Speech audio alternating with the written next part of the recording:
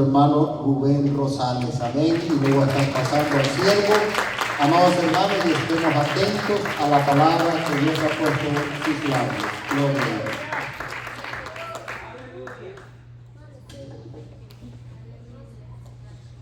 Gloria al Señor. El Señor me lo continúe bendiciendo, mis amados. Gloria a Dios. Si está alegre, si está contento, por favor, yo quisiera que usted le extendiera una sonrisa y un saludo a su hermano que tiene al lado suyo. Dígale: me siento feliz, me siento alegre de verte aquí en la casa del Señor. Mira que tiene detrás de usted, que tiene frente a usted. No, porque esto es una dinámica de lo que es parte del culto para Dios. El salmista dijo: yo me alegré con lo que me decían, a la casa del Señor iremos. Amén. Y yo creo que usted está alegre por ver a sus hermanos aquí en esta preciosa mañana. Nos gozamos de estar nuevamente con ustedes y tenemos la dicha, y me siento honrado de que estaba indagando, ¿verdad? De que hoy, que es una primicia de que aquí se está celebrando el aniversario número 25, pueda tener esta honra de estar con ustedes ministrando la palabra del Señor.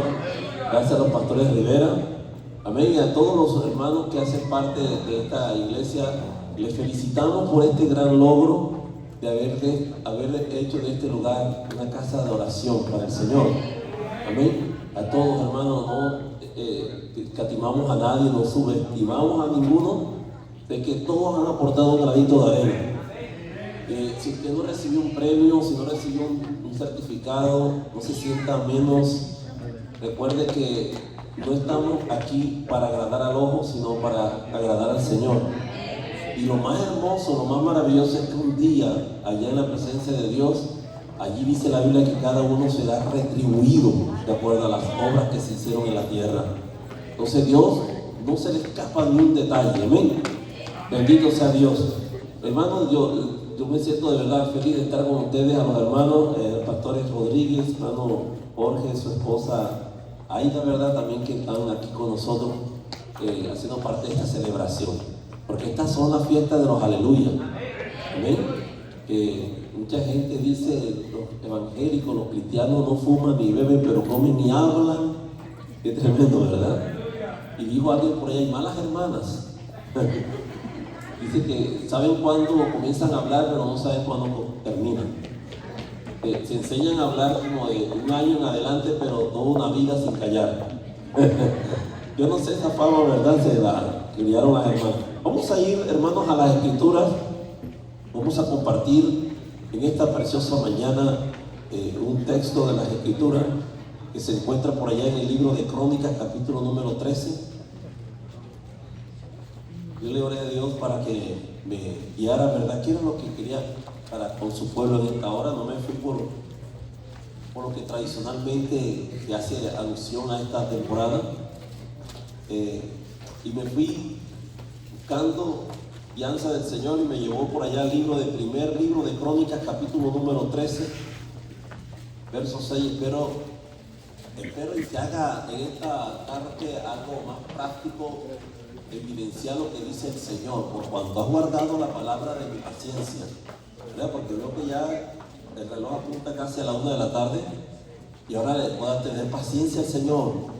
Amén. Por cuanto has guardado la palabra de mi paciencia, yo te guardaré de la hora de prueba que ha de venir sobre el mundo entero y sobre los moradores de la tierra. Amén. ¿Están contentos, hermanos? Nos vamos al verso 6 al 12. Cuando lo tengan, pueden decir conmigo un amén. Porque hemos de poner por tema este mensaje así: no toques lo sagrado si no estás aprobado y puro delante de Dios. Amén. No toques lo sagrado si no estás aprobado o autorizado y puro ante Dios. Capítulo número 13 del primer libro de Crónicas, verso 6. Vamos a leerlo de una manera antifonal o intercaladamente, ya que esto es una lectura demasiado larga. Me limito a tomar estos 6 versos. Comienzo con el verso 6 y ustedes van con los números impares. Nos encontramos en el 2. Dice así, de la siguiente manera, y tengo el honor de leerla en el nombre del Padre, del Hijo y del Espíritu Santo. Y subió David con todo, dice, y salió David con todo Israel a Baala de Kiriat Jearim, que está en Judá, para pasar de allí el arca de Jehová Dios, que mora entre los querubines, sobre la cual su nombre es invocado.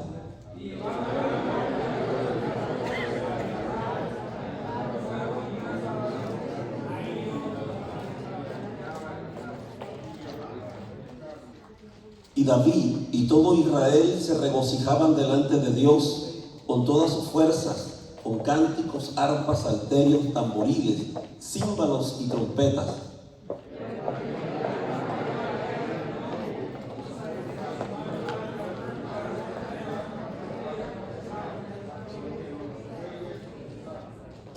Y el furor de Jehová se encendió contra Usa, y lo hirió porque había extendido su mano al arca, y murió allí delante de Dios.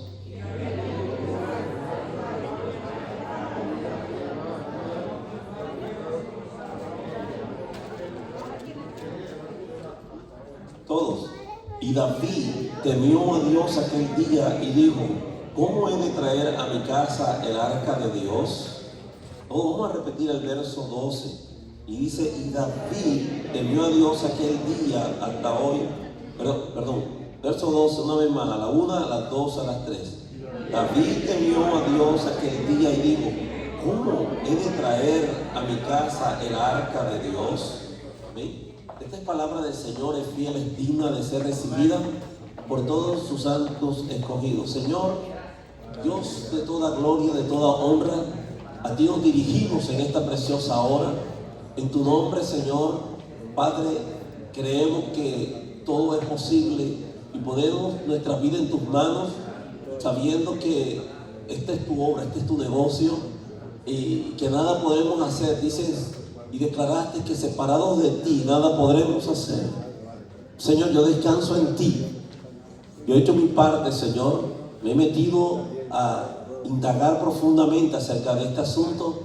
Ahora te ruego que la virtud del Espíritu que tú le rogaste al Padre que enviases en tu nombre sea sobre mí y me haga recordar las cosas que solamente Él puede repetir de lo que oye allá arriba, Señor. El Espíritu de verdad, el cual nos guiará toda verdad y os enseñará todas las cosas. La unción del Santo que reposa sobre cada uno de vosotros, y Él nos declarará todo lo que es necesario.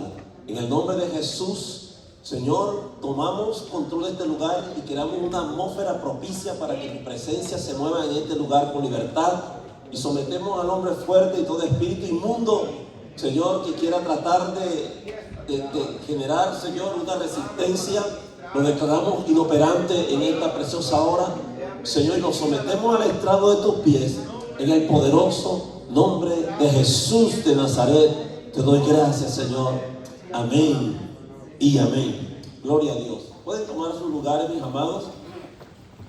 Vamos entonces, como les decía, a hablar acerca de ese tema. No toques lo sagrado si no estás autorizado y puro ante Dios. Hemos nosotros tenido la costumbre, o hemos hecho una costumbre que las cosas del Señor, cuando ya han pasado mucho tiempo, las tomamos como algo rutinario. Ya como que ya se nos hace tan normal hacer las cosas de una forma religiosamente, sin percibir el peligro que puede esto ocasionar en nuestra vida. Estamos nosotros muchas veces haciendo cosas ya como por inercia, ¿verdad? Pero se ha perdido de verdad el respeto y la reverencia al Señor. Estamos hablando acerca de algo que es contextualizado con este pasaje de la Biblia. Y, voy a hacer un poco la reseña de lo que ocurrió aquí para poder entrar a ese capítulo. ¿De qué se habla aquí? ¿Cuál es la razón de todo esto? ¿Es el arca del pacto o el arca de la alianza? ¿Amén, hermanos? ¿Qué era el arca de la alianza? ¿Y a qué representa? ¿Qué simboliza el arca de la alianza? El arca de la alianza no era más que un objeto ya que había sido diseñado previamente por Dios y, ¿verdad? Se lo había dado a su siervo Moisés le dio unas ciertas maneras descriptivas de cómo tenía que construirlo. Era un cofre, un arca de madera, de acacia, que estaba laminado en oro o bañado en oro, y a su vez tenía unos componentes como unos anillos en las esquinas de oro, que por allí se introducía, por decir que si esto fuera, en este caso el arca, esos anillos eran los que ayudaban a que unas varas, también que habían sido selectivas de madera de acacia, se introducían por los anillos, y de esa manera los levitas eran los que estaban llamados para transportarla sobre sus hombros. Y de arriba, en la parte del propiciatorio, lo que se llamaba la parte esa, donde estaba la parte superior del arca, ahí habían 3 elementos, que era una vasija hecha en oro, y adentro estaba el maná, estaba la tablas de la ley, y estaba la vara de Aarón. Esos eran los componentes que había allí. Y aparte habían 2 querubines que no se miraban hacia el rostro, sino con la cabeza cabizbaja, pero estaban frente a frente y con sus alas extendidas, que es la simbología de que son los guardianes de las cosas que conciernen a la gloria de Dios. Amén, hermanos. ¿Me copia hasta ahí? Entonces ese arca de la alianza o el arca del pacto representaban otra cosa que la presencia de Dios. Esa presencia de Dios es lo que le da esa exquisitez a lo que nosotros hacemos para el Señor. Es la razón por la cual nosotros estamos todos los días con el deseo de servir a Dios. No sé si usted ha entendido lo que significa, qué es la presencia de Dios. La presencia de Dios es la vida existencial de Dios mismo moviéndose dentro de nosotros. Ya cuando nosotros reconocemos la presencia de Dios, estamos reconociendo que debería de haber un sumo cuidado de cómo nos conducimos delante de Él. Cuando yo estoy, las veces que me dirijo a mi padre, haciendo una ilustración, era mi padre, que es un señor mucho más grande que yo, el cual de mí merece respeto y obediencia. Cuando cuando no conocía del Evangelio, yo procuraba que delante de mi padre no pronunciara una mala palabra. Ya nunca, jamás me vi delante de él dejar ver con un cigarro en mi boca. Nunca, inclusive, me aparecí delante de él en un estado de embriaguez. Ya cuando él hablaba con sus amistades, personas mayores como él, trataba de siempre ser alguien con respeto, ya, una persona con modales, y que si tenía que interrumpir algo decía con permiso, ¿entiendes? O sea, le guardaba mucho cuidado, mucho respeto cómo me dirigía cuando estaba con mi padre. Entonces, cuando nosotros estamos delante de la presencia de Dios, tenemos que tener cuidado qué es lo que estamos haciendo, ya cómo está nuestra vida delante del Señor. Amén. ¿Cómo nos presentamos delante de Dios? ¿Será que realmente nosotros cuidamos nuestra santidad? Ya que no solamente es algo que se debe de reflejar dentro de la congregación, porque siempre he dicho esto, que en una congregación nosotros siempre intentamos mostrar la mejor versión de nuestra vida espiritualmente.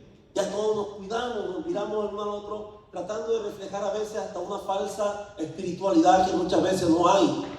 Pero ¿cómo es nuestra verdadera vida, nuestra esencia como hombres, como mujeres de Dios cuando estamos en casa? ¿Cómo es la presencia de Dios? ¿Cómo la sabemos? ¿Cómo la administramos esa presencia de Dios en nuestro hogar? Amén. ¿Será que es igual como cuando estamos aquí en la iglesia del Señor? ¿Respetamos a Dios verdaderamente cuando estamos en la casa de nuestro hogar? De no poner cosas que a Dios le ofenden, de poner ese tipo de música que lo que hacen es estar, digamos, creando una rebeldía y manifestando cosas obscenas, una cantidad de cosas inapropiadas que no deben de ser aptas para un oído de un siervo de Dios. Amén.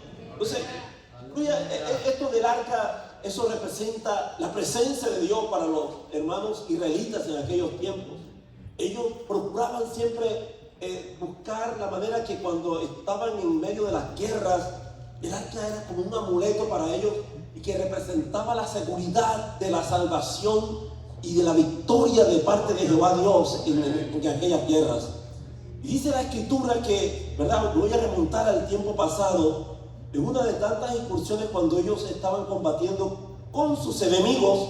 Un día dice la Biblia que los filisteos incursionaron allá ante el pueblo de Israel, y en aquella ocasión los sacerdotes de Israel eran los hijos de Elí, llamados Ofni y Fines, y ellos eran los que estaban oficiando para el Señor, los que se dedicaban a tomar todo lo que tenía que ver con los sacrificios, los holocaustos que el pueblo presentaba delante del Señor.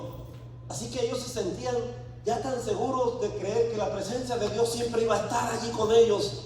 Y un día dice que hubo una guerra con los filisteos, y sucedió que aquellos sacerdotes, hijos de Elí, fueron muertos. Tanto Ofni como Fines murieron en aquella guerra. Mientras estuvo el arca en casa, allá en el templo, mientras ellos ministraban, parecía que todo estaba bien, pero una vez ellos salieron a la guerra, ellos fueron víctimas del pecado que habían vivido por tanto tiempo. Porque, como en algunas otras ocasiones, pensaron que Dios los iba a librar de aquella incursión de parte de aquel pueblo enemigo de tanto tiempo que eran los filisteos. ¿Y qué sucedió allí? Pareciera que el arca no funcionó. ¿Qué sucedió? Sí, el arca funciona, pero cuando hay una vida enteramente consagrada para Dios, cuando hay santidad en la presencia del Señor. Los hijos de este varón Elí murieron, amén, cayeron muertos en medio de aquel combate. Entonces, hermanos, tenemos que tomar cuidado. ¿Qué es lo que estamos haciendo con nuestra vida?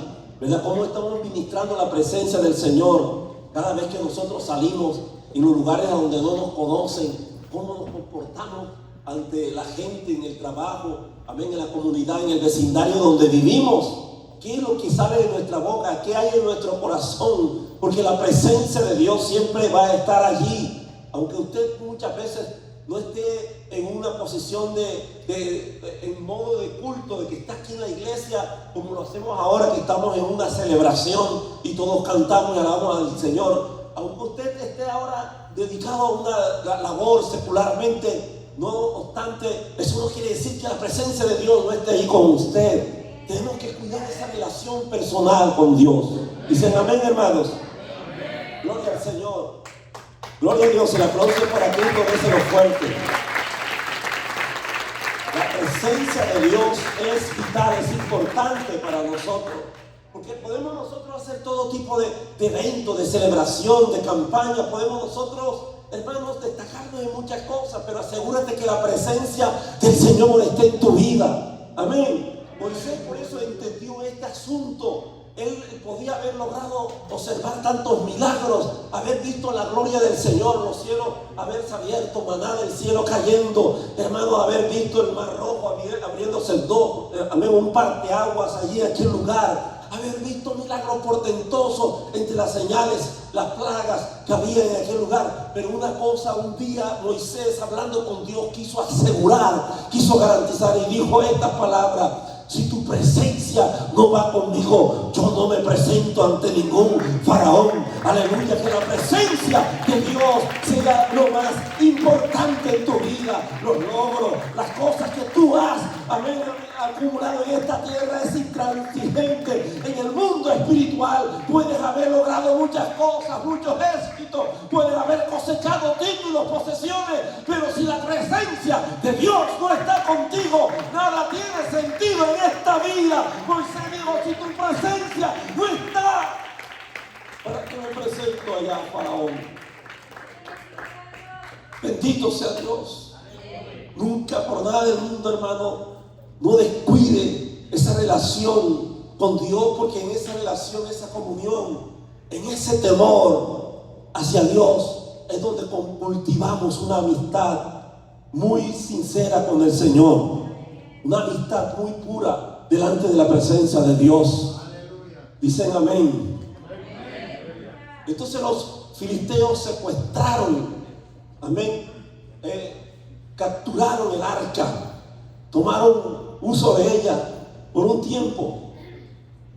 Eso sucedió, ¿verdad?, con el pasar del tiempo, y no quiero redundar en el punto, pero pasando el tiempo, resulta que de alguna manera yo quiero que usted medite acerca de esto que vamos a decir. Habían dos personas con dos actitudes muy diferentes. Uno era el varón que había llegado a tener por más de 20 años el arca, la casa de Abinadab. Había logrado retener esa arca por 20 años en su casa. Y durante esos 20 años, la Biblia lo menciona, por allá si vamos continuando esta lectura del capítulo de 1 Corintios 13, más adelante menciona que por 20 años, largos 20 años, estuvo esa arca en la casa de Abinadab. Y pregúnteme qué sucedió allí durante esos 20 años. Dígame, ¿qué pasó, hermano? Dígalo duro, ¿qué pasó, hermano? No pasó nada. En 20 años no sucedió absolutamente nada. ¿Qué diferencia o qué pudo haber ocurrido que en 20 años en la casa de Abinadab, que aquí hay una pequeña situación confusa que algunos ameritan, ¿verdad? Porque si usted estudia profundamente este asunto, va a encontrar que hay otros Abinadab, ¿verdad?, dentro de ese contexto de la historia. Pero algunos eruditos aseveran que el Abinadab del cual estamos mencionando vendría siendo hijo de Saúl. ¿Se acuerdan del rey Saúl? Ya, porque Saúl, cuando salió a combatir contra los filisteos, y usted va a encontrar que dentro de la lista de los hijos de Saúl estaba como primogénito, estaba Jonatán, después siguió Abinadab, y después siguió otro llamado Malquisúa, y por último había otro llamado Isboset. Pero ¿qué sucede cuando ocurre esa guerra una vez más con los filisteos? Sucede que a todos los miembros de la realeza, de la familia de Saúl, los ejecutan, mueren. Saúl murió Jonatán, murió Abinadab, murió Malquisúa, murió después Isboset. Con el pasar del tiempo, todos murieron. Pero la casa de Abinadab había retenido el arca por 20 años. Y no había sucedido nada. A Saúl no le importó absolutamente nada que tuviera que ver con el arca. O sea, estaba desatendido. No le había dado el valor como se lo había dado el rey David. ¿Se dan cuenta? Hay mucha gente que puede ser que por años haga parte de este aniversario que yo estoy mirando aquí, de estos 25 años. Y gloria a Dios por haber llegado a esta cima, a este punto. Amén. Han hecho historia ustedes. Y yo le doy gracias a Dios y honro al Señor, porque hasta aquí ustedes han logrado llegar a este punto. Pero pregúntense, Señor, en estos tiempos, en estos 25 años, ¿qué he hecho yo con tu presencia? Oiga bien, aquí el varón 20 años duró llevando ese arca en la sala de su casa, aquel cajón de oro. Para Abinadab, simplemente eso fue lo que representó la caja de oro que estaba en medio de la sala de su casa. Aquellos hijos que había logrado tener, llamado Usa y Ahío, dice la Biblia, que se criaron allí juntos, jugaban quizás cuando eran niños alrededor de aquel cajón de oro. Pero cuando murió Abinadab, hermanos amados, aquellos niños pareciera que se hubiesen quedado sin la figura de una autoridad de la casa. Se criaron sin la paternidad, amén, sin el ejemplo, sin la autoridad de un padre. Fueron creciendo sin que nadie les impartiera nada acerca de las leyes, de los manuscritos, de las costumbres de los judíos, de las leyes del levirato. Ven que no era permisible que ninguna persona se acercara allí al arca y lo tocara. ¿Se dan cuenta? Entonces ellos se familiarizaron con el arca, crecieron viendo ese arca como si hubiera sido simplemente un recinto, una cuestión, una reliquia más entre las cosas de los utensilios que habían en esa enorme casa. No sucedía nada, 20 años, nada sucedió dentro del ámbito que se movía alrededor de esa casa. Los hijos quizás siguieron siendo estas personas todas desapercibidas, estaban desatendidos de los asuntos del Señor, de Dios, el Dios de Israel. solamente crecieron, amén, como un costumbrismo, como hacen muchos hoy en día, que van creciendo bajo las bancas de las iglesias, y van creciendo, se convierten en unos adolescentes. Ellos deciden por su propia cuenta qué es lo que van a realizar en la vida, van a estudiar, se logran realizar en alguna carrera, siguen siendo personas que han sido criados en una iglesia, pero no han sido realmente convertidos a la fe en el Señor, y siguen todavía abrazados del mundo, amén, a pesar que están dentro de la casa de Dios, porque no ha sucedido nada, no han tenido un encuentro personal con el Señor. La presencia de Dios ellos no la han deseado, a pesar que ha estado toda la vida ahí a su alrededor. Bendita sea la gloria del Señor. Bendito sea Dios. 20 años y no pasó nada. No hubo cambios, simples tradiciones y costumbrismo, año tras año, ¿verdad? Llevando a cabo estas celebraciones, estas fiestas solemnes que acostumbraba al pueblo de Israel, pero no había producido un efecto en ese hogar. ¿No se preocupa usted, hermano, que por el tiempo que usted ha conocido del Señor, usted cree que sí está haciendo el trabajo que realmente el Señor le ha mostrado, que le ha guiado a hacer? Ha llevado, amén, ese conocimiento, ese temor que usted siente cada vez que está aquí en la casa de Dios, a su hogar. ¿Funciona la fe de la misma manera como usted la siente aquí en la iglesia que en su casa? Amén. Son sus hijos, ese fruto de esa relación que ustedes han establecido para con Dios, de ver que mis hijos le sirven al Señor, son buenos muchachos, amén, no hacen cosas indebidas, no viven una vida promiscua con esas muchachas del mundo, no andan teniendo relaciones sexuales fuera del matrimonio, no andan metidos en drogas, en vicios. Algunos se ha cerciorado usted verdaderamente qué tipo de formación le está brindando a sus hijos. Bendito sea el nombre de Jesús. ¿O serán que son como un USA, como un gajiro, que han sido criados en las cosas del Señor, pero no han tenido un verdadero encuentro con Dios?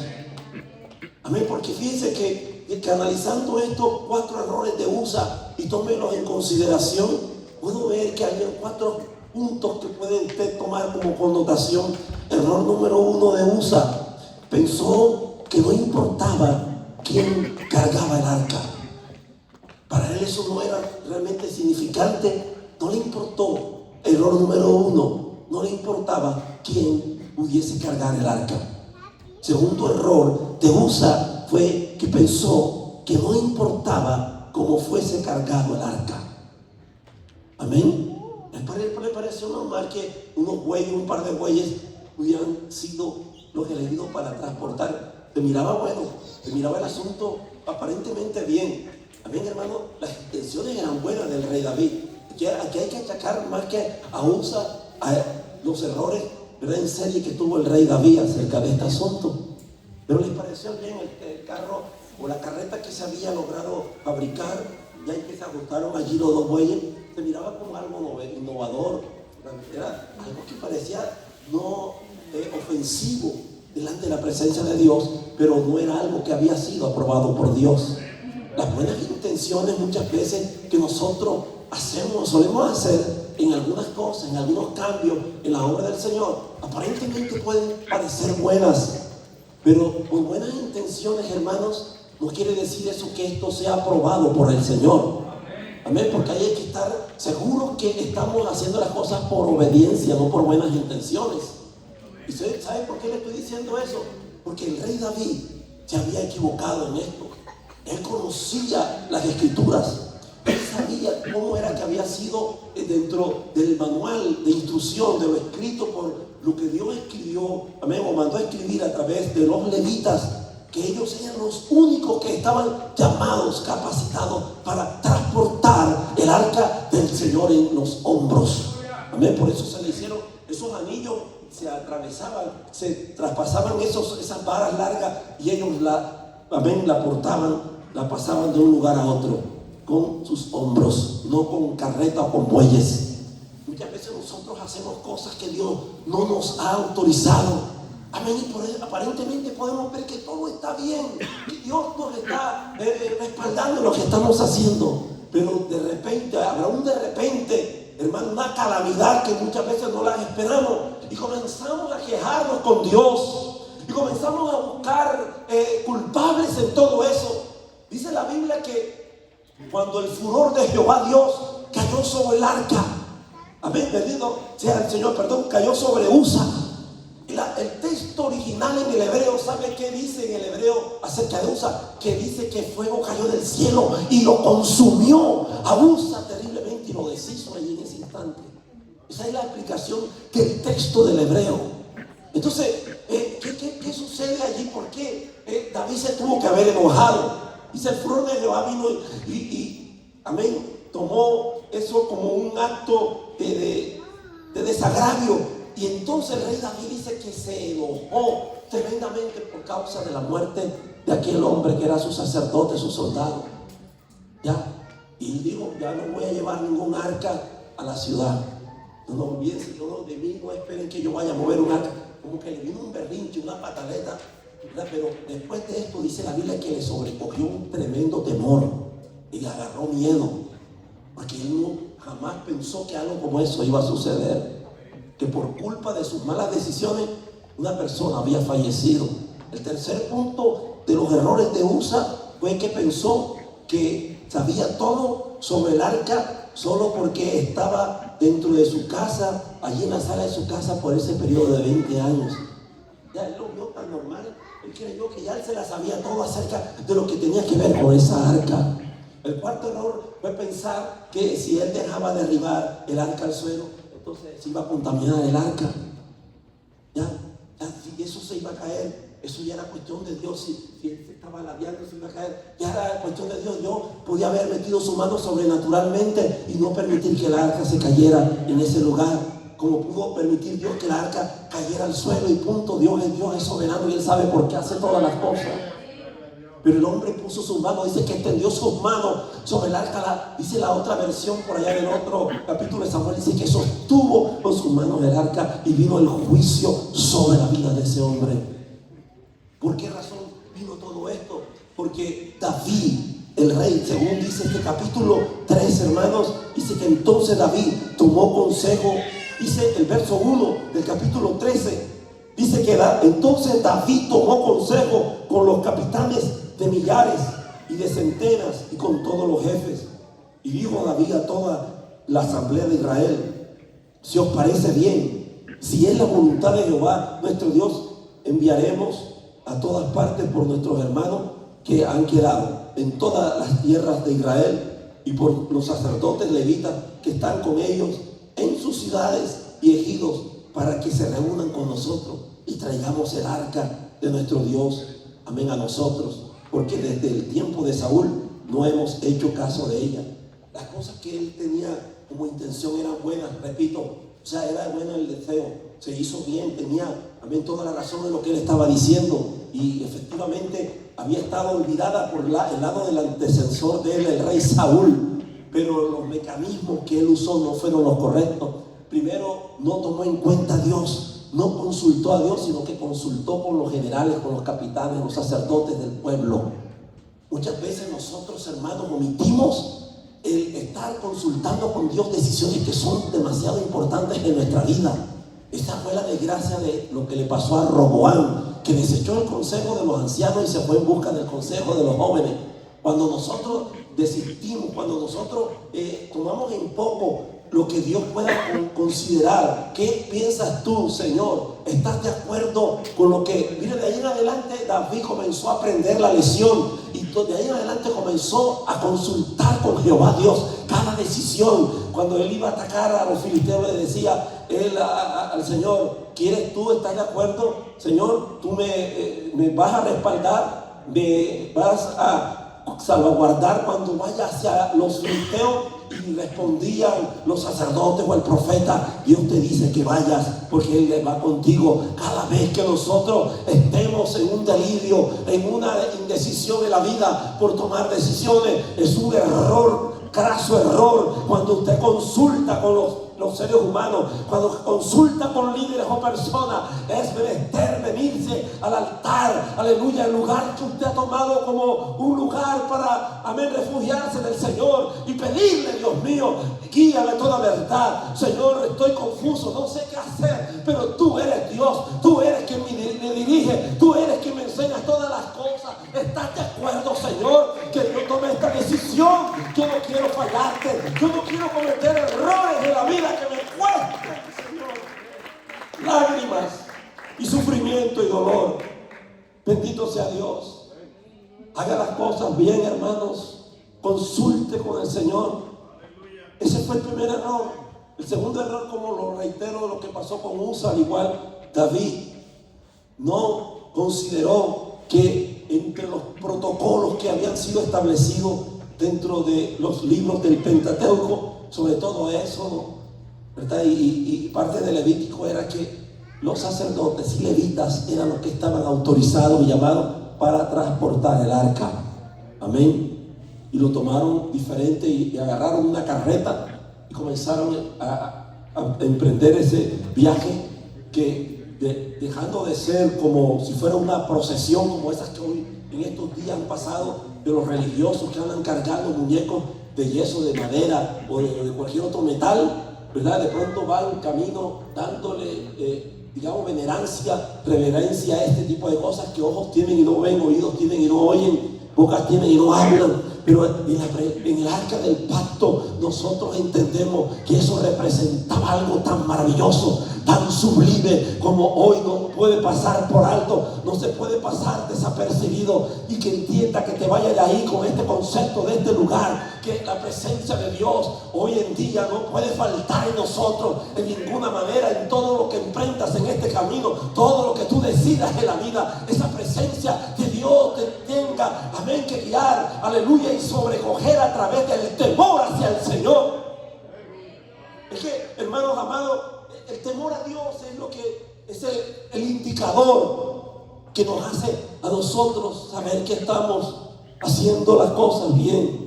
Cuando vivimos todos los días, eso es un asunto de todos los días, vivimos siempre sobresaltados, pensando: Señor, te estoy agradando lo que estoy haciendo.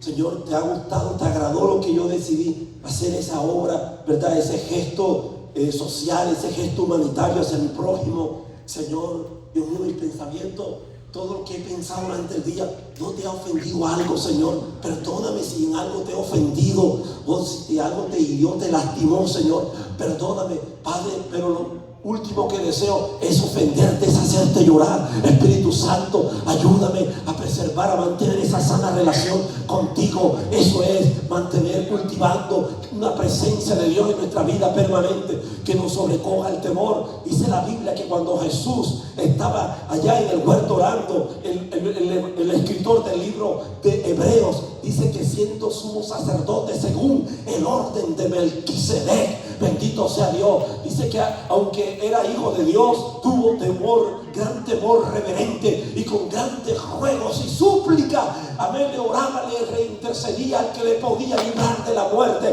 Él mantenía delante de su Padre una relación íntima, pero bajo un temor reverente. Todos los días de nuestra vida tenemos que conducirnos bajo el principio de la sabiduría, que es el temor a Jehová, a su nombre de Él. Aleluya. ¿Cómo puede reemplazar, hermano? La presencia de Dios no son esos movimientos emocionales que suelen suceder en las iglesias, que la gente brinca, salta. Eso es bueno, eso es apenas un ápice, ¿verdad?, de algo que se manifiesta en lo que Dios hace en nosotros.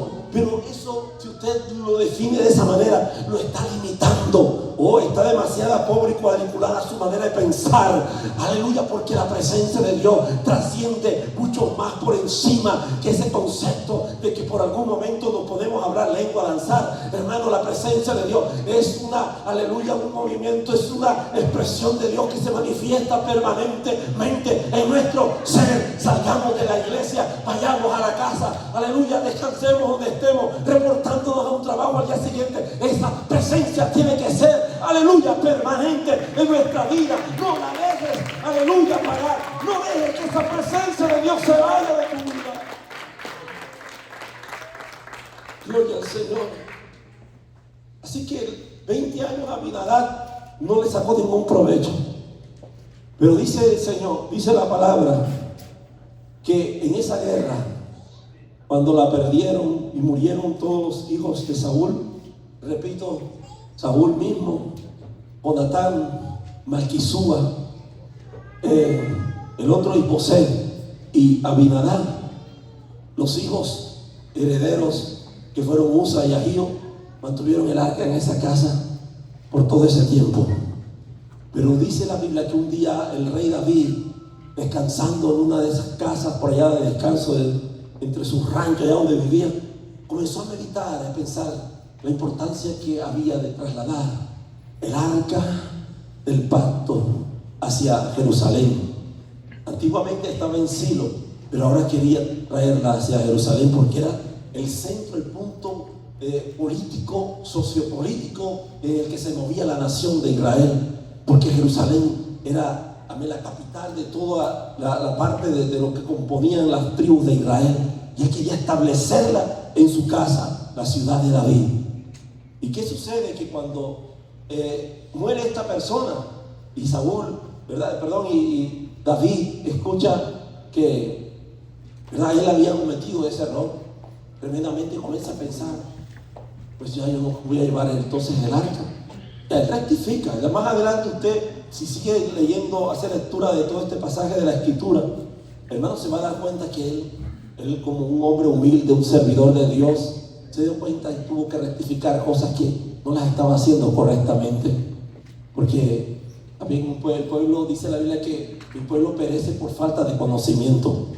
Yo no sé si eso fue causa de falta de conocimiento o lo hizo también con alevosía, ventaja o premeditación. Pero tenga cuidado, no se le haga una costumbre de que usted viene a la iglesia y que de pronto de aquí esté haciendo cosas que son desagradables a los ojos del Señor y lo haga como algo, una costumbre. He conocido a través del tiempo, mientras le he servido a Dios, personas que han estado ministrando dentro de la música, ¿verdad? Y se suben al altar del Señor o funcionan en algún ministerio, igual pecan tremendamente, como si las cosas de Dios fueran cosas realmente irrelevantes.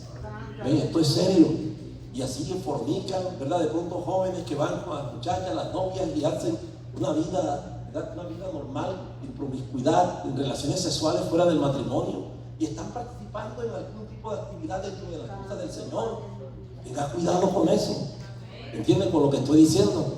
Siempre recuerdo el caso de una persona que en tiempos pasados, cuando en esta ciudad Dios me permitió en un corto tiempo ser un pastor en una obra por allá entre la Hempstead con la Antoine, sucedió que, como estaba comenzando, ya creo que era contemporáneo con el pastor, ¿verdad, Carlos? Porque yo más o menos tengo data, este asunto cronológicamente, que le decía a mi esposa ahí sentada que el tiempo que tiene la iglesia de 25 años de aniversario, más o menos era el tiempo cuando mi hija estaba en el vientre de mi esposa, la mayor, que va a cumplir 26 años.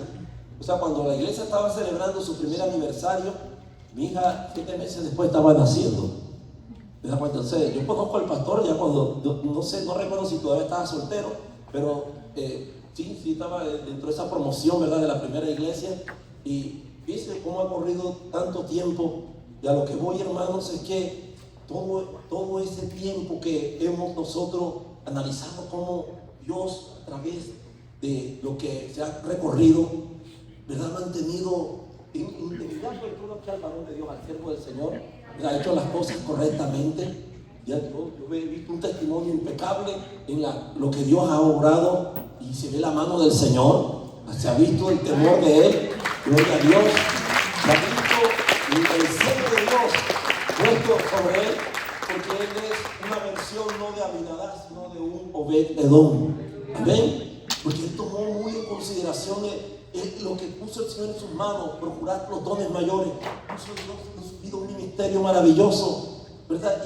Y el arca en la casa de Abinadab no había funcionado, pero vinieron entonces con la idea de trasladarla a la casa de Obed-Edom, pero no se envalentonó David no se metió en eso, dijo, no, yo no la quiero ya aquí en la casa. Pero entonces la metieron en la casa de Obed-Edom por 3 meses. aquella había estado en la casa de Abinadab por 20 años, pero en la casa de Obed-Edom solo estuvo 3 meses, dice la Biblia. Y Dios visitó la casa de Obed-Edom y lo bendijo en todas las cosas de su vida y en todas las cosas que había sobre la vida de Obed-Edom. Mi querido hermano, ¿sabe qué se está refiriendo la Biblia? Que Dios le bendijo su tierra. Tenía muchos ganados y tenía un gran rebaño. Las ovejas parían, las ovejas se reproducían, los cabrinos, los ovinos, amén, los camellos, los caballos, todo lo que poseía aquel varón Obed-Edom, sus cultivos, si cultivaba trigo, cebada, todo iba en producción, aleluya. En sus hijos todos eran bendecidos. 62 hijos,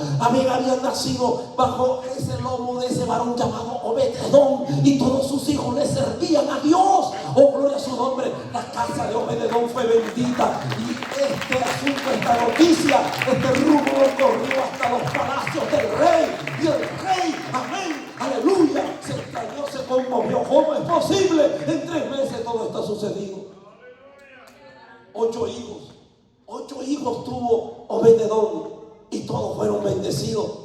Mire, si le menciono los nombres: Semaías, que significa Dios ha escuchado. Dios escucha. Bendito sea Dios. El Señor escucha a Semaías, el número 1 de sus hijos. El segundo se llamó Josabad, que significa Jehová ha dado. El tercer hijo, Joa, que significa Jehová es hermano. El cuarto hijo de Obed-Edom, llamado Natanael, su significado es regalo de Dios. El quinto hijo, llamado Amiel, el significado es Dios es mi pueblo. El sexto hijo, Isaacar, amén, significa recompensado. El séptimo hijo, Sacar, también traduce como sueldo, contrato. El último hijo, Peultaí, significa recompensa de Jehová. Toda su casa le sirvió al Señor. Fíjese que todo esto, si usted me pregunta, amén, pregúnteme cuál era la diferencia entre la casa de Abinadab y la casa de Obed-Edom. Amén, ¿cuál era la diferencia? Dígame, ¿cuál era la diferencia, predicador? Diga conmigo, hermano predicador, ¿cuál es la diferencia entre la casa de Obed-Edom y la casa de Abinadab? Actitud. Era todo lo que había allí. Porque cuando Obed-Edom se entera que en la casa de Abinadab había sucedido una desgracia, una calamidad, que un hijo del difunto Abinadab había fallecido, llamado Usa, por causa de haber tocado de una manera indiscriminada, amén, inapropiada el arca. Entonces, ¿qué tuvo que haber hecho?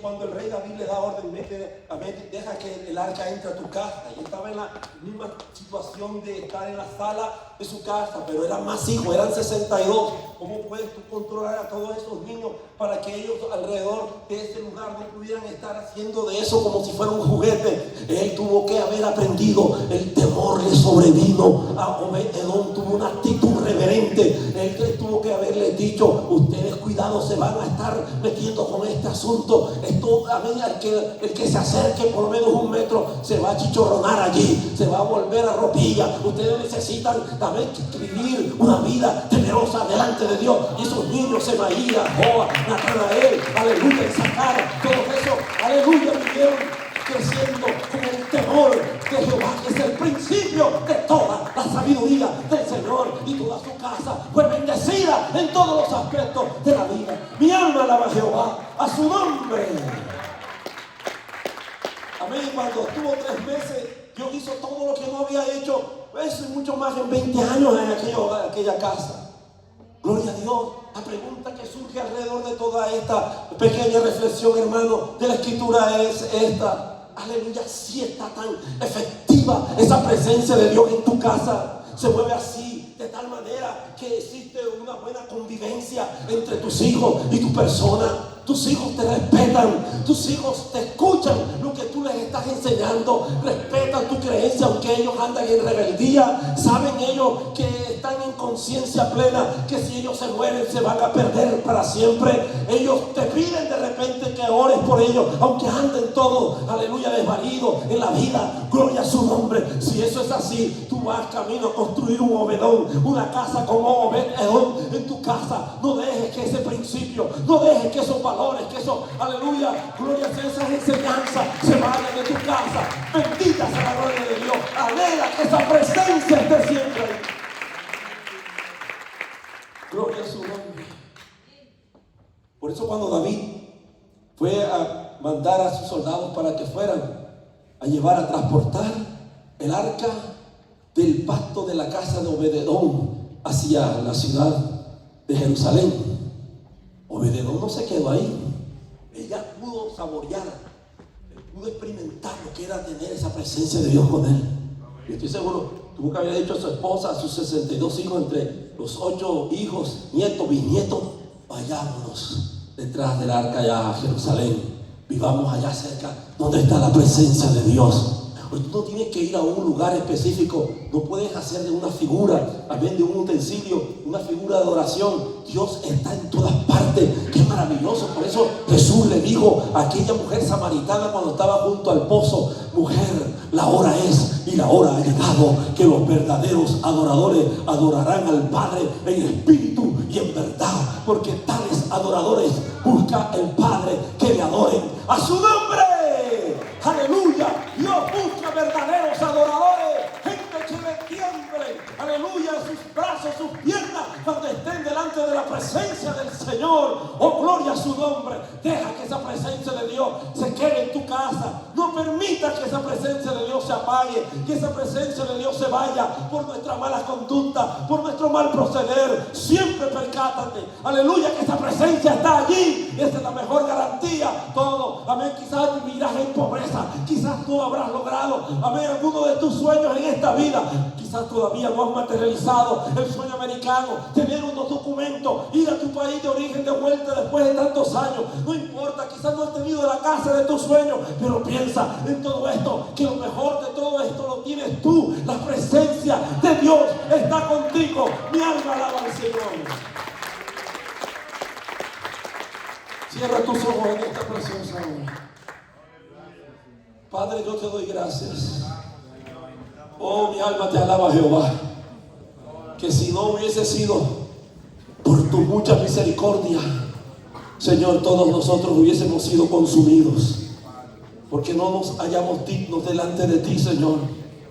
Porque hemos muchas veces caído incautos en el mismo pecado, en la misma falta, reiterativas veces, Señor. Pero tú has pasado por alto la ignorancia de las personas de estos tiempos y mandas en todo lugar que se arrepientan. Te ruego por las misericordias, Señor, que hay en ti, que abundan. Señor, que nos ayudes a poder darle comprensión a este tema que has traído para nosotros este día, Señor amado. Ayúdanos a retener, Señor, lo más importante en todo esto. Que este día, Señor, tú seas enarbolada, amén, en tu presencia. Aleluya. En la parte emblemática de lo que significa todo este servicio, que es vivir en tu presencia.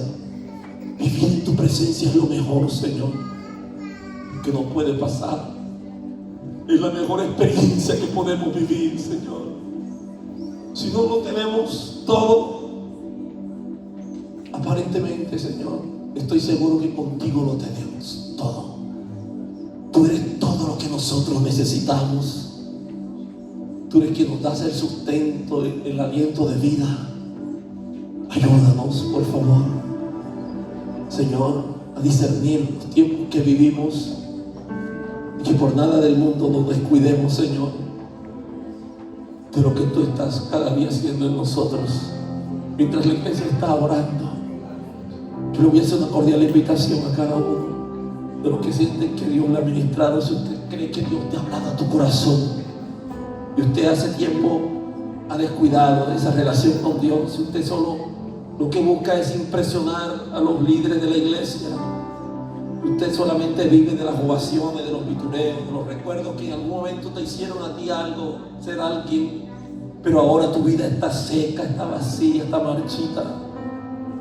La presencia de Dios sientes que ya se te ha ido de ti hace ya tanto tiempo. Asegúrate hoy, amén, que otra vez vuelvas a ese primer amor. Aleluya. Mira de dónde has caído y vuelve a ese primer amor. Deja que esa llama, esa pasión por el Señor vuelva a encenderse dentro de ti. Es fácil cuando Muchas veces nos vienen las luchas, problemas, cuando las cosas no te salen como tú quieres, y es fácil buscar siempre a quien culpar. Y eso fue lo que le sucedió, amén, a estos hermanos del pasado. Ellos se sentían que Dios, amén, había quizás errado en su concepto, en la forma como había trabajado en el corazón de ellos. Bendito sea Dios. Eso fue un David. Quizás David le reclamó a Dios, pero ¿dónde está la culpa de todo eso? Yo estaba intentando hacer lo mejor para ti, Señor. Pero a Dios no se le sirve con buenas intenciones, sino con obediencia. Aleluya. Es más importante lo que Dios dice que lo que usted quiere hacer, aunque sean con buenas intenciones. Es más importante lo que Dios dice. Aquí quizás más de una ocasión usted ha cometido ese mismo error. Han habido buenas intenciones, pero asegúrese que Dios está respaldando lo que usted está emprendiendo a hacer. Si me entiende lo que estoy diciendo, iglesia, asegúrate que Dios está aprobando. Procura con diligencia presentarte a Dios aprobado, como varón del que no tiene de qué avergonzarse, que usa y traza bien la palabra de verdad. Mientras la iglesia está orando, si siente a alguien venir al frente, yo quiero invitarle a que pase. Yo quiero salir de este lugar, amén, haciendo lo que me corresponde como un siervo del Señor, de orar. Yo vengo más de 3 horas de diferencia, hermanos. Para eso tuve que madrugar algo para poder venir hasta aquí, pero lo hago con todo gusto, porque sé que estoy haciendo algo útil para el reino de los cielos. Así que todos los ciudadanos del reino vengan, pasen, preséntense ante el Señor y rectifiquen si tú eres parte de la casa de Abinadab o de lo que hacen parte de la casa de Obed-Edom. Bendito sea el Señor. ¿Es tu casa una casa como la de Obed-Edom? A veces estás pidiendo al Señor que te bendiga y tú no ves respuesta. ¿Qué está sucediendo? ¿Qué pasa? Amén. Si hay tantas promesas en la Biblia, ¿qué está trabando? ¿Qué bloquea? ¿Qué intercepta en la fluidez, amén, de esa presencia del Señor en nuestras vidas? ¿Qué está sucediendo? Pregúntele: Señor, ¿me estás queriendo decir con esto que es una prueba por la que tú me estás procesando, Señor? ¿Me estás llevando a que puedas formar un carácter en mí? ¿Qué me quieres enseñar? Si no es así, entonces reclame: Señor, yo soy tu siervo. Yo tengo que ver mi casa como la casa de Obed-Edom. Gloria al Señor. Dele lo mejor de su vida a Dios. Sigo insistiendo, voy a entregar el lugar, pero si hay alguien que desee pasar por aquí, yo le voy a pedir por favor que entre, pase los pocos minutos que restan, una oración general. Mientras usted va pasando, yo sí no voy a dejar el lugar al pastor, pero yo voy a estar allá abajo orando por usted. ¿Le parece, hermano? Yo no sé de verdad su situación, no sé su vida, de verdad no me interesa indagar la vida de nadie, solamente Dios la conoce. Pero por favor, sea obediente, sea obediente. Venga, pasemos al frente. Todo el que se siente tocado, si tú crees que este mensaje ha tocado tu vida, ya vamos a pasar. Yo sé que ya están impacientes algunos, pero les prometo que no nos vamos a dilatar mucho más del tiempo que hemos prefijado. Gloria al Señor. La voy a entregar, pero yo quiero hacer la insistencia en el llamado. Venga, pasa el Señor. Yo les estaba por decir que cuando yo estaba como pastor en una iglesia en Houston hace muchos años, hice una pausa de haber dicho que conocía al pastor Rivera. Pero en ese entonces, sobre la Hempstead con la Antoine, estaba comenzando y me tenía que valer de lo que venía llegando al templo.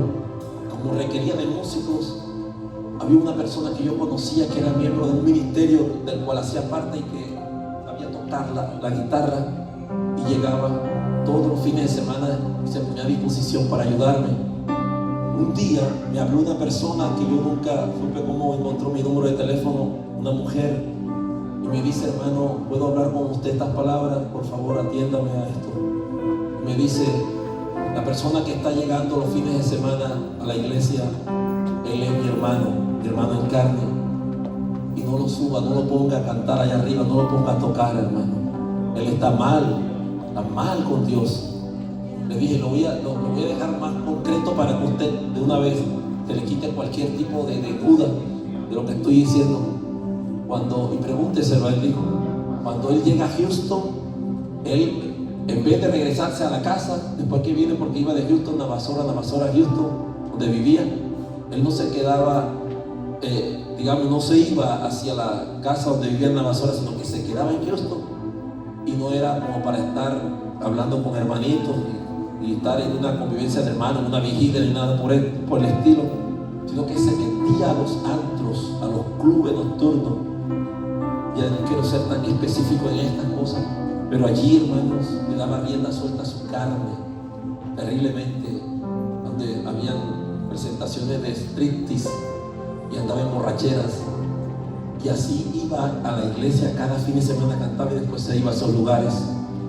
Un día sucedió que entre esos ires y venires de Navasora a Houston, Navasora, por allá cerca, ya cuando iba saliendo del 290 rumbo hacia Navasora, tenía algunas personas que tenían problemas con ellos, afroamericanos.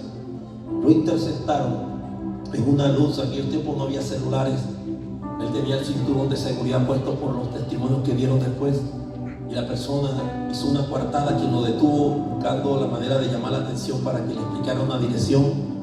Y ya había otras personas escondidas, esperando solo que él parqueara el vehículo y bajara el vidrio. Y una vez bajó el vidrio, cuando le mostraron el papel, el hombre sacó un puñal y comenzó a apuñalearlo por todo su cuerpo, estando en una condición de ebrio.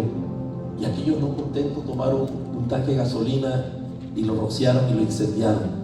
Murió calcinado. ¿Por qué? Porque él no pudo comprender, no discernió que con las cosas de Dios no se juega. Amén. Las cosas de Dios son serias.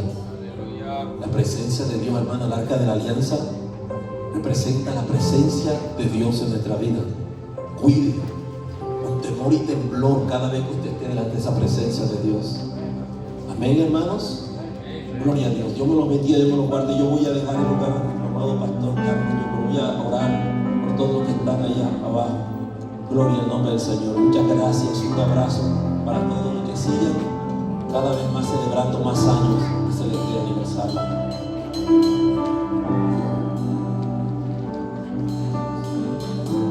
Oh, precioso Espíritu Santo, sea usted extendiendo su mano sobre su